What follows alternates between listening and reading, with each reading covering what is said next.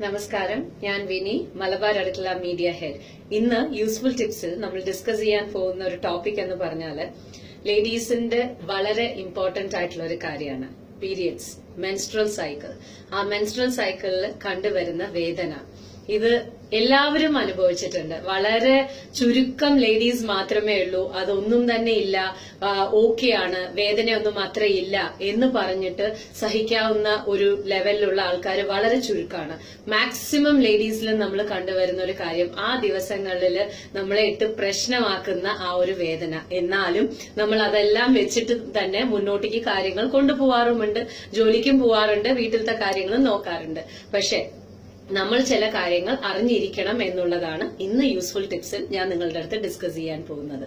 അപ്പോ ഈ മെൻസ്ട്രൽ സൈക്കിളിൽ നമുക്ക് പീരിയഡ്സ് വരുന്ന സമയത്ത് എന്ത് കാരണം കൊണ്ട് ഈ വേദന വരുന്നു എന്ന് നമുക്ക് ആദ്യം നോക്കാം. ഓക്കെ, സോ നമ്മുടെ യൂട്രസ്, അതായത് വൂം എന്ന് പറയുന്ന സംഭവം ഇത്രയും കോൺട്രാക്ഷൻസോടുകൂടിയിട്ട് പോയിട്ട് ആ ഒരു ബ്ലഡ് വെസൽസിലേക്ക് തട്ടുന്ന സമയത്ത് ആ കോൺട്രാക്ഷൻസ് കാരണം കൊണ്ട് ബ്ലഡ് വെസൽസ്, അതിന്റെ ചുറ്റുവട്ടാരത്തിലുള്ള ബ്ലഡ് വെസൽസിലേക്ക് തട്ടുമ്പോൾ ഈ യൂട്രസിലേക്ക് കോൺട്രാക്ഷൻസും കൂടുതലായിട്ട് വരുമ്പോൾ അതിന്റെ ഓക്സിജൻ സപ്ലൈ കംപ്ലീറ്റ് ആയിട്ട് സ്റ്റോപ്പ് ആവും.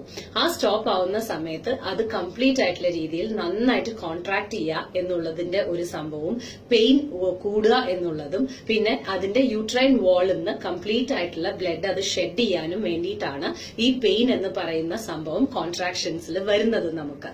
സോ ഈ ഒരു സംഭവം എല്ലാ മാസവും എല്ലാ സമയത്തും നമ്മൾ അണ്ടർഗോ ചെയ്യുന്ന ഒരു സംഭവമാണ്.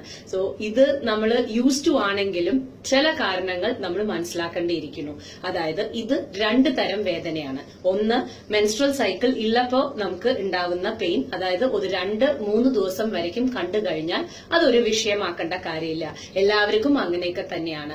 അതല്ല, നിങ്ങൾക്ക് പീരിയഡ്സിന്റെ ടൈമിൽ ഓവറായിട്ട് പെയിൻ തോന്നുന്നു, അതായത് വേദനിച്ച് സഹിക്കാൻ പറ്റാത്തൊരു ലെവലിലേക്ക് കാര്യങ്ങൾ മുന്നോട്ടേക്ക് പോകുന്നു എന്നുണ്ടെന്നുണ്ടെങ്കിൽ ഡെഫിനറ്റ്ലി നിങ്ങൾ ഒരു ഡോക്ടറെ കാണണം. ബിക്കോസ് അത് ഉള്ളില് ഫൈബ്രോയിഡോ വേറെ വല്ല സംഭവങ്ങൾ കാരണം കൊണ്ടായിരിക്കാം ഇത്രയധികം പെയിൻ നിങ്ങൾ അണ്ടർഗോ ചെയ്യുന്നത്.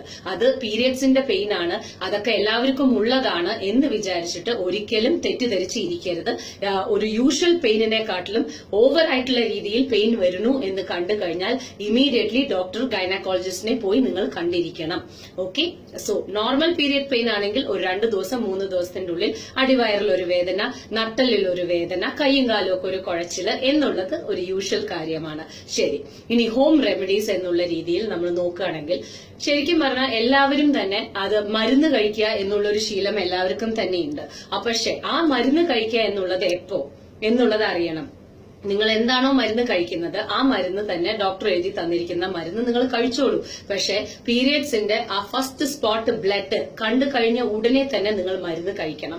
അതല്ലാതെ അങ്ങേ അറ്റം വേദന വന്നു കഴിഞ്ഞിട്ടാണ് നിങ്ങൾ മരുന്ന് കഴിക്കണമെന്നുണ്ടെങ്കിൽ പിന്നെ അതിനെ എഫക്ട് ചെയ്യാൻ കുറച്ചു നേരം എടുക്കും, വല്ലാതെ കിടന്ന് പെടേണ്ടി വരും. ഓക്കെ, സോ എന്താണോ നിങ്ങൾ മരുന്ന് ഡോക്ടർ എഴുതി തന്നിരിക്കുന്ന അത് കഴിക്കാൻ ഉദ്ദേശിക്കേണ്ടത് എന്നുണ്ടെങ്കിൽ ആ മരുന്ന് ബ്ലീഡിംഗ് കണ്ടു കഴിഞ്ഞ ഉടനെ തന്നെ നിങ്ങൾ കഴിക്കുക. Okay, next one, home remedies. ഈ ഹോം റെമഡീസ് എന്ന് പറയുമ്പോൾ ഫസ്റ്റ് വരുന്ന ഒരു കാര്യം എല്ലാവർക്കും അറിയുന്ന കാര്യം തന്നെയാണ്.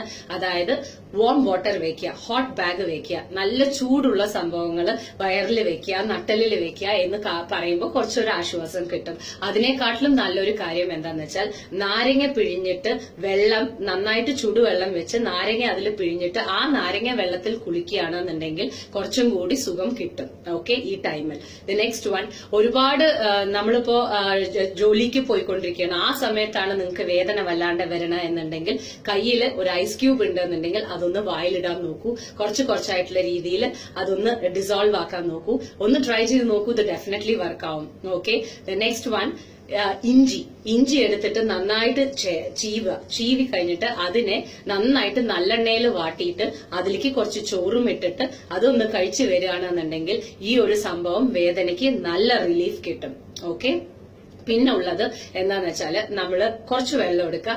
ആ വെള്ളത്തിൽ 1 സ്പൂൺ മല്ലി, അതായത് കോറിയൻഡർ സീഡ്സ്, ഓക്കെ, മല്ലി എടുത്തിട്ട് ആ വെള്ളത്തിനെ തിളപ്പിച്ച് ആ മല്ലി വെള്ളം അരിച്ചു കുടിക്കുകയാണെന്നുണ്ടെങ്കിൽ ഈ മല്ലിയിൽ B6 എന്ന് പറയുന്ന ഒരു സംഭവമുണ്ട്. അത് ഈ യൂട്രസിന്റെ വാളിനെ ഒന്ന് കോൺട്രാക്ഷൻ ലെവലിൽ നിന്ന് ഒന്ന് നല്ല രീതിയിലാക്കാൻ ഹെൽപ്പ് ചെയ്യും. സോ അത് ഒന്ന് കുടിച്ചു വരികയാണെങ്കിൽ ഈ സമയത്ത് നിങ്ങൾക്ക് കുറച്ച് ആശ്വാസം കിട്ടും. പിന്നെ എന്തൊക്കെ തന്നെ ആയാലും ആ ഒരു ദിവസങ്ങളിൽ നമുക്കുള്ള പെയിൻ എന്ന് പറയുന്നത് ഒരു ഡിസ്കംഫർട്ട് എന്ത് തന്നെ ഉണ്ടാവും. പക്ഷെ എന്നാലും ഇതൊക്കെ ഒന്ന് ചെയ്തു നോക്കൂ, ഡെഫിനറ്റ്ലി നിങ്ങൾക്ക് അതിനുള്ള റിസൾട്ട് കിട്ടും. സോ മെൻസ്ട്രൽ ക്രാമ്പ് എന്നുള്ളൊരു സംഭവം ഹോം റെമഡീസിൽ കൂടിയും അതെന്താണ് എന്നുള്ളത് നിങ്ങൾക്ക് മനസ്സിലാക്കി തന്നു എന്നൊരു വിശ്വാസത്തോടു കൂടിയിട്ട് ഞാൻ വിനി സൈനിങ് ഓഫ് മലബാർ അടുക്കള. ഇനി അടുത്തൊരു യൂസ്ഫുൾ ടിപ്സുമായി നിങ്ങളുടെ മുന്നിൽ വരാം. Okay, thank you, by.